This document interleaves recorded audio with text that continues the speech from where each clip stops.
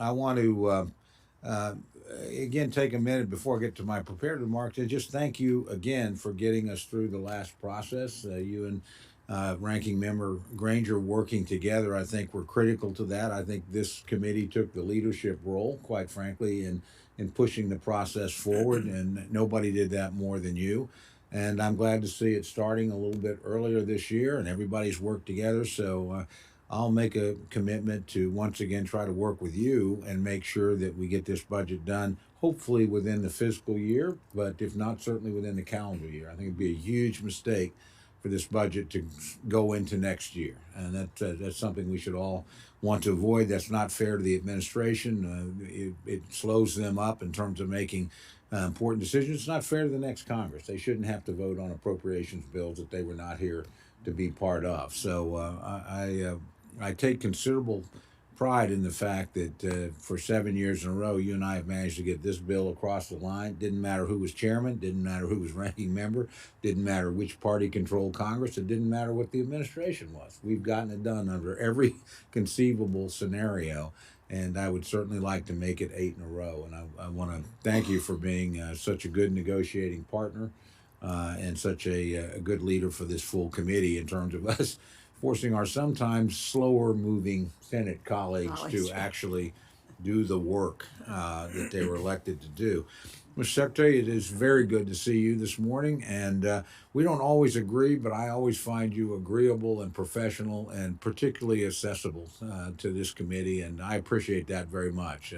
COVID's been a difficult time, but you've always made time anytime we've had questions or comments or whatever, and I appreciate the spirit in which you approach your job. And again, welcome to, as the chairwoman said, it's great to get to deal with you in person and as many of our members as can be here in person. I'll start by once again expressing concern regarding the total level of spending proposed by the administration. I've been a long-time supporter of helping achieve better outcomes for our students, but I fear the proposed 15% increase for the Department of Education will leave the next generation saddled with the highest national debt our nation has ever seen. The fiscal year 2022 budget was just completed last month. We know it will take some time to get those funds out the door. A more moderate approach, in my view, is called for, especially in this time of runaway inflation. I'd like to turn next to the topic of which I believe is one of the greatest failures of the federal response to the COVID pandemic, and that's the closing of many of our nation's public schools for almost 2 years and the subsequent lost student learning and mental health issues that are flowing from these bad decisions. Your budget proposes increases in mental health and counseling to help with these issues, and I appreciate that. But the sad truth is, we can never give those children back those years of their lives, and some of these wounds may never heal. In many cases, a growing love of learning in an adolescent, progress a student with a disability was making, or basic skills that were beginning to be solidified by a young student may have been lost forever. A recent survey conducted by the Government Accountability Office highlighted just how widespread and profound these losses are. Their survey discovered that nearly half of public school teachers had students who were registered for class but literally never showed up online. Even more disturbing, students who never showed up came mostly from majority non-white urban schools. These are the very students that our federal programs are in place to support, and I think our country will be seeing the negative consequences from school closures for years and years to come. So I certainly hope it's an experience. I know we all share this hope that we don't have to go through again. I will also ask some questions this morning on what I believe to be executive overreach on the charter schools policy. One of the greatest benefits of the charter school movement has been the fact that these schools are locally developed, authorized, and operated. The federal role in charter schools has been one of providing limited financial support to secure physical infrastructure and some startup grant funding.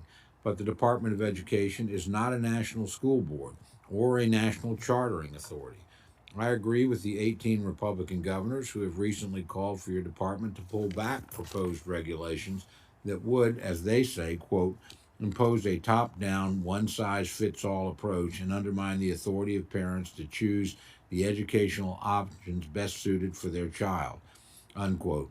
I'd like to ask unanimous consent to submit for the record a letter from our former colleague, now Governor Jared Polis, which outlines very well his objections and concerns to administration actions.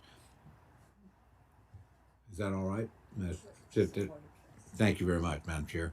My own state of Oklahoma has a long history in the charter school movement, and I believe that states, not the U.S. Department of Education, should continue to be responsible for what charters they do or do not authorize to operate within their jurisdiction. I'd also like to touch today on another area of executive overreach, and that's the President's recent decision to extend the student loan repayment pause to August 31st. Not only is this inflationary, but there are also people making literally hundreds of thousands of dollars a year who aren't being asked to repay their student loans. I think that's unfair. And I've introduced legislation called the, quote, Can't Cancel Your Own Debt Act to prohibit members of Congress from voting to forgive their own student loans. These folks are making $174,000 a year. Even if a member favored debt cancellation for most people, we should not support this policy for people making this type of salary at the expense of our taxpayers and constituents. Finally, I hope to discuss today another area which greatly concerns me, and that's the politicization of programs like civics education with controversial priorities in grant announcements. Programs like civics education should be used to bring our country together and focus on our own commonalities while teaching respect for our differences. Sadly, I fear that recent announcements put out by the administration have only fanned the flames of controversy and division rather than healed them. That's a disappointment. In closing, I'd like to say that as a longtime member of the subcommittee, I understand the important role played by domestic programs, and I certainly support increases for these critical programs. I was pleased to see support for special education in your budget. We know the federal government has not upheld its fair share of responsibility for ensuring education is provided for students with a disability. And I hope we can see achieving support for sustained increases for special education as a bipartisan goal. I also believe in strong support for Pell Grant recipients and the TRIO and Gear Up programs. Pell Grants and participation in TRIO and Gear Up help first-generation college students chart a course to a better future into the middle class. We need to continue to help these students not only enroll, but also graduate and find good-paying jobs. Unfortunately, our double-digit inflation is eating away at the salaries of these recent graduates and making it more difficult for them to establish themselves in their careers.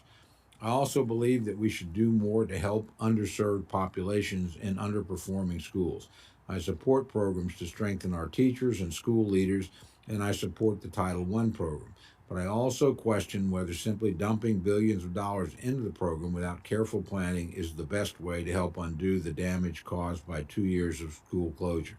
I want to again thank you, Mr. Secretary. Again, as I said, while we don't always agree, I do enjoy working with you, and I do appreciate the manner in which you approach your job and in which you represent the department.